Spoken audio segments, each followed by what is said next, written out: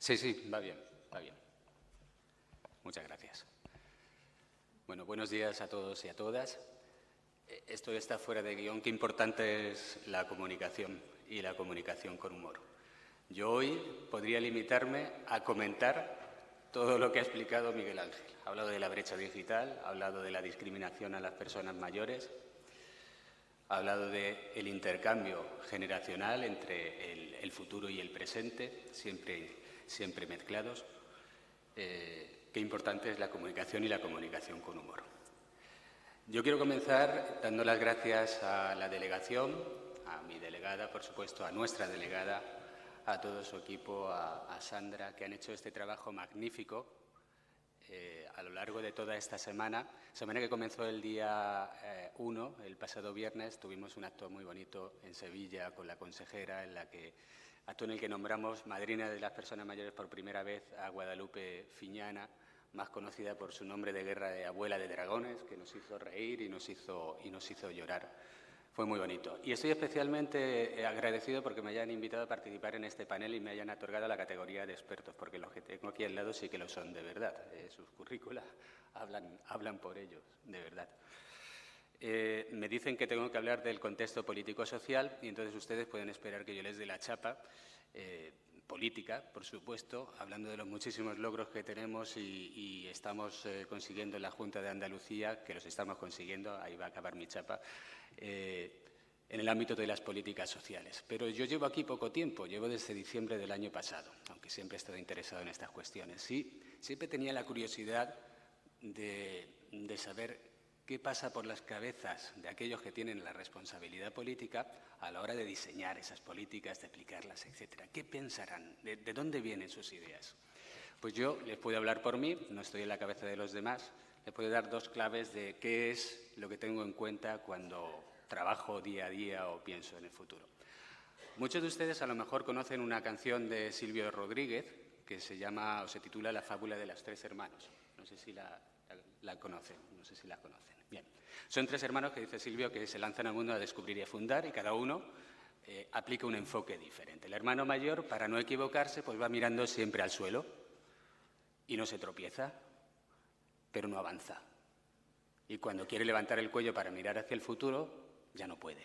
Entonces el hermano de en medio aprende de su hermano mayor y dice, bueno, pues yo voy a ser idealista, voy a mirar hacia el futuro como esos bustos, ¿no?, de esos vendedores de crecepelos y de burras, que están siempre mirando hacia el infinito, pero claro, no ve los problemas del día a día y se tropieza y se tropieza y se tropieza y tampoco avanza. Y el tercer hermano, el más pequeño, dice, pues voy a mirar al suelo y voy a mirar hacia el horizonte. Y avanza un poquito más, pero llega un momento en que ya no sabe lo que ve, porque tiene los ojos extraviados. Yo intento siempre tenerlo presente para ser un cuarto hermano, porque tengo que estar a lo concreto y presente, tengo que prever, en cierto modo, lo que va a suceder en el corto o medio plazo, pero no puedo perder de vista el futuro. Es algo que, por lo demás, yo creo que, se lo he dicho a mi consejera, aplicamos en el equipo de la consejería. Y luego hay otro presupuesto, mi presupuesto de acción normativa, yo soy jurista, que curiosamente no es ni jurídico ni político, es una categoría científica. Para actuar yo tengo en cuenta siempre que todos nosotros, la sociedad en su conjunto, es un sistema complejo adaptativo. No les voy a torturar con todas las derivaciones que eso tiene, pero en realidad un sistema complejo adaptativo es una cosa muy sencilla que vivimos nosotros, todos nosotros, día por día. Un grupo de agentes, de personas, que se relacionan, que intercambian, que adaptan su comportamiento al comportamiento de los demás y que como consecuencia de todo ello surgen una serie de características en el conjunto del sistema que no se pueden explicar por las características de cada una de esas personas. Y eso tiene unas consecuencias muy importantes. Si utilizo un ejemplo, digamos, un poco pedestre, pues un equipo de fútbol, ya sean ustedes del equipo que sean, entiendo aquí que hay muchos del Málaga, no es necesariamente bueno porque Cristiano Ronaldo o Leo Messi estén en ese equipo. Varían sus resultados. Desde el punto de vista de la acción política y normativa, el que tengamos sistemas complejos adaptativos significa que nadie puede predecir en todo momento lo que va a suceder en cualquier momento y lugar. Significa que nadie, a pesar de lo que se diga y de lo que dicen o decimos ahora en este rato que lo soy los políticos, nadie puede dirigir todo y tener el conocimiento de todo. Y significa, por tanto, que uno debe basarse en la realidad. Y la realidad es, estoy especialmente contento de estar en una facultad, la realidad parte de datos, del conocimiento de los datos. Y después tú podrás aplicar una u otra política, pero no puedes apartarte de los datos que da la realidad. Así que, en definitiva, el modelo que yo sigo, que orienta mi actividad, y yo creo que la de buena parte de la consejería, es un modelo ilustrado, un modelo de razón que controla a los gatitos del estómago, un modelo de conocimiento para saber con qué tratamos y hacia dónde debemos dirigirnos con cabeza y sentido, y un modelo humanista que no se debe perder nunca de vista. Es, como dijo Snow, es una tragedia que esté separada las ciencias de las humanidades. Tienen que estar siempre conjuntamente las ciencias con las humanidades para progresar verdaderamente. Ese es el contexto, es una introducción, presentación un poquillo larga que he hecho, pero puesto que vamos a enfocar al futuro, y me ha recordado la película de Woody Allen en la que él salía como director desenfocado, como tenemos que enfocar el futuro, pues tengo que partir del presente. Y el presente, por ejemplo, es que tenemos un determinado contexto demográfico. Yo tengo 52 años, la mayoría de los que estamos aquí tenemos más o menos, un poco menos, un poco más. Pero ¿qué me dirían ustedes si les dijese que hace 200 años la inmensa mayoría de nosotros estaríamos muertos? No quiero ser gafe, estaríamos con San Pedro, como se dijo antes por ahí. Los buenos, los otros pues quizás no tanto. Pues así es, porque la esperanza media de vida era de más o menos 35 años en Europa. Hoy es de más o menos 80 años, un 228% más. Y dirán, bueno, es que claro, hace 200 años ya ha pasado mucho tiempo. Sí, pero es que en varios milenios anteriores era más o menos la misma esperanza de vida. Y eso se ha debido a ese desarrollo de ese modelo ilustrado al que antes me refería, en la que políticamente nos hemos guiado a trancas y barrancas por el desarrollo de principios de libertad, de igualdad, de fraternidad, y al mismo tiempo, y el imperio de la ley no nos olvidemos, y al mismo tiempo se ha producido un desarrollo económico, científico y tecnológico exponencial. Y es la conjunción, a veces convergente, a veces divergente, de esas dos cosas, los que nos ha puesto en esa situación demográfica, que genera sus tensiones, por supuesto, la estamos viviendo. Muchos de ustedes la viven personalmente con esos recursos que tardan en llegar, que en ocasiones son insuficientes. Pero ese es nuestro punto de partida demográfico. En cuanto a la atención a los mayores, pues estamos en un punto de transición, siempre lo estamos. Uno de mis filósofos favoritos es Heráclito, así que las cosas no se detienen. Siempre estamos en transición. Pero lo cierto es que el sistema de atención residencial, fundamentalmente a las personas mayores, surge en España más o menos de la mano de la caridad de las instituciones cristianas, católicas, ¿no? Fundamentalmente. Esto comienza a cambiar en la década de los 70, que se comienza a profesionalizar seriamente todo eso, pero todavía estamos en transición. Yo diría que en el ámbito residencial esa profesionalización es completa, seguimos avanzando en ello, pero, por ejemplo, en el ámbito de la ayuda a domicilio todavía tenemos mucho que avanzar en ese sentido, para dignificar tanto al que presta el servicio como al que lo recibe. Y eso requiere recursos y requiere formación. Relacionado con eso, con esto, en cierto modo, pues tengo que decir que en cuanto a la situación actual nos encontramos un modelo social absolutamente anticuado, un modelo asistencialista, que a mí no me gusta nada, en el que alguien da, y muchos piden, pero que convierte en inermes a las personas a la hora de tomar sus decisiones, solo espera a que se les dé. Y esto es transversal a muchísimas políticas sociales. Nosotros, desde febrero del 19, la consejera en particular, estamos realizando un enorme esfuerzo para que esto pivote hacia un sistema de derechos que tiene como única y exclusiva finalidad la de que la libertad sea efectiva. Muchos de ustedes, sus pensiones medias en España están en Andalucía en particular en 900 euros. Muchos de ustedes saben lo que es la libertad de verdad cuando están sufriendo los precios de la electricidad y a lo mejor se piensan el encender el aire acondicionado o a lo mejor se piensan encender el radiador, porque cuesta mucha pasta. Eso es ser un poquito menos libres. En ese sentido es al que nosotros nos referimos cuando hablamos de libertad. ¿Y cómo están los recursos?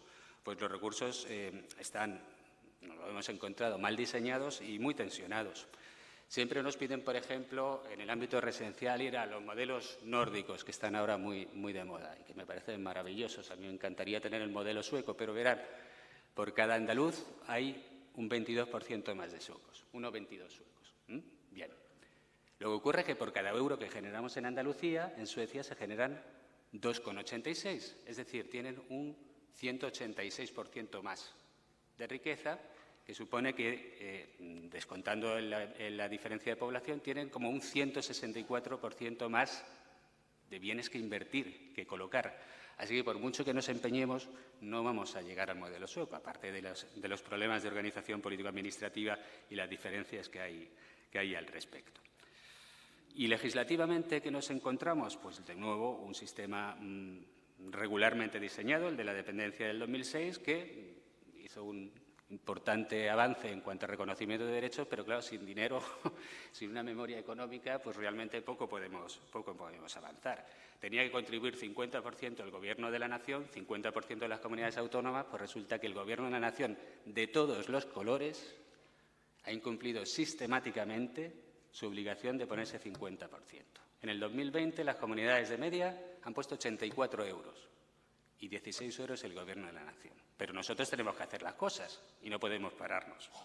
Y además una legislación anticuada, porque aquí, y directamente lo ha señalado Miguel Ángel, no se ha referido a la ley del 99, solo faltaría que metiera esa morcilla en un monólogo. Pero es una ley que se hace a mediados de los 90 pensando en la cohorte de los nacidos entre 1900 y 1920, que es muy diferente a la actual. Ustedes, los mayores que están hoy aquí, son mis padres tienen 80 y 78, son los mayores de la transición, esa que algunos denostan. Ustedes nos dejaron este sistema de derechos y libertades que nosotros tenemos. Pues fíjense qué diferencia, ¿no?, respecto de la anterior, que vivieron buena parte en una situación dura y que no pudieron en buena medida hacer todo lo que quisieran haber hecho. Así que esta ley antigua tiene que adaptarse a la realidad para que efectivamente podamos tratar el problema, por ejemplo, de la brecha digital, que es tan importante y que tiene una consecuencia muy importante. Estamos, por ejemplo, trabajando en ese ámbito con las entidades bancarias, el Banco de España, para que tenga una concreción concreta eso de la brecha digital. Ustedes que tendrán que operar con aplicaciones. Entonces, ¿qué podemos hacer?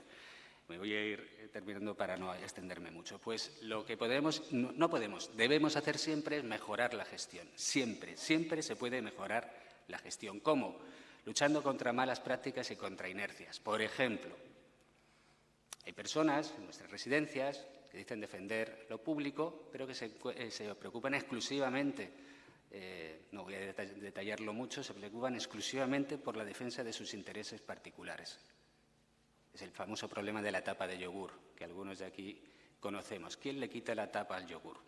Eso es una inercia que hay que romper, que hay que vencer. También debemos pelear y destinar los recursos, porque se puede.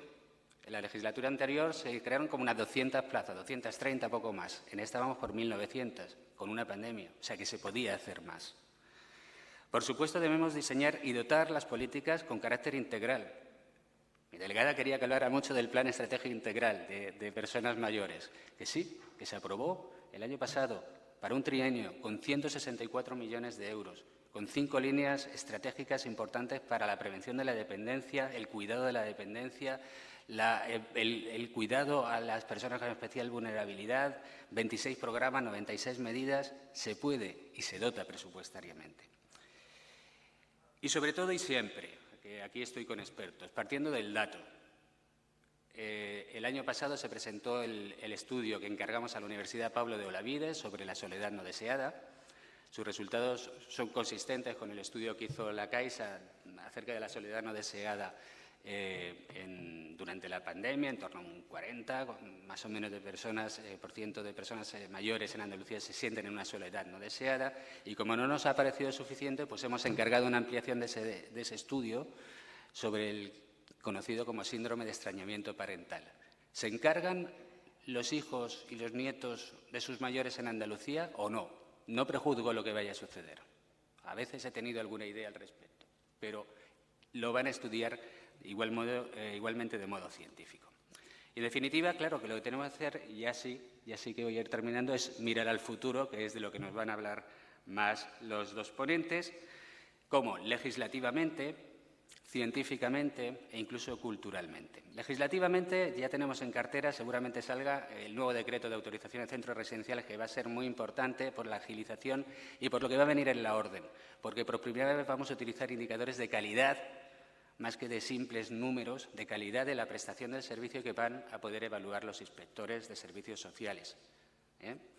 También, por ejemplo, estamos trabajando en la reunión de la valoración y de la asignación de recursos para que no suceda el que hasta que te atienden para valorar si eres o no dependiente y hasta que te den el recurso en un segundo acto administrativo, pues pase una pila de meses. Es tan sencillo como cambiar la normativa.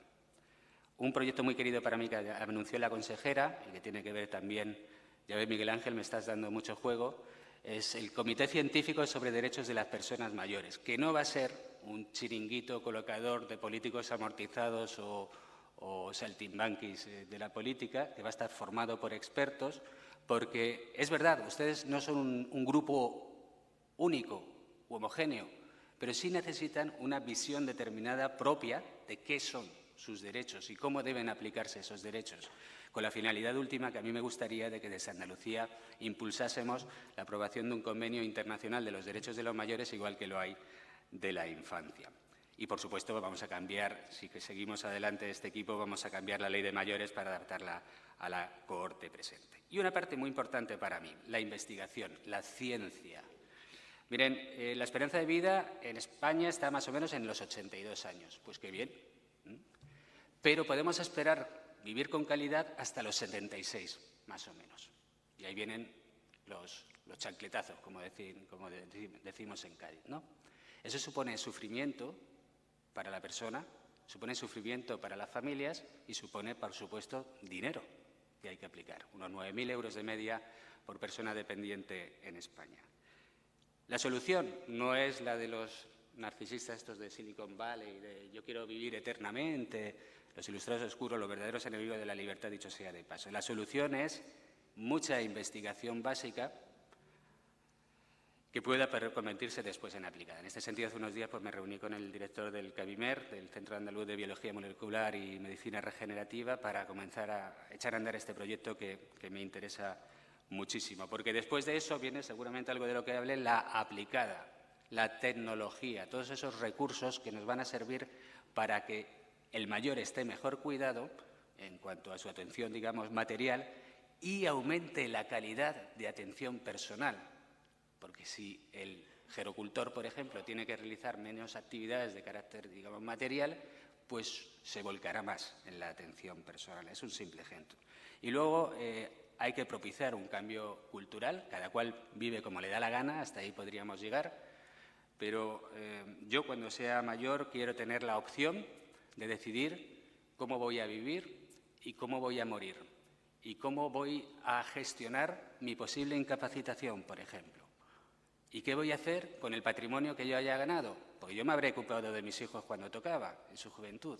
Ese patrimonio después lo tengo para mi mejor cuidado. Por eso, por ejemplo, hemos firmado un convenio con el Colegio Notarial, lo vamos a firmar, para que los notarios andaluces vayan por los CPAs informando sobre lo que ustedes pueden hacer en materia de autotutela, sobre lo que pueden ustedes hacer con sus patrimonios, etc. Y para finalizar, pues les dejo una buena noticia, algunas ya lo tendrán. La pandemia no ha terminado y lo demuestra el hecho de que estamos aquí todos embozados, pero va mejor. Y entonces solicitamos instrucciones desde Igualdad a Salud, porque formalmente ellos tienen la competencia mientras dure la pandemia, para que se agilizase la actividad de los CPAs. Entonces, en los CPAs de Andalucía se van a poder realizar las mismas actividades que se realizan fuera de los CPAs y con las mismas condiciones con las que se realizan fuera de los CPAs. A ver si así, poquito a poco, podemos recuperar la actividad que teníamos antes de la pandemia. Muchas gracias.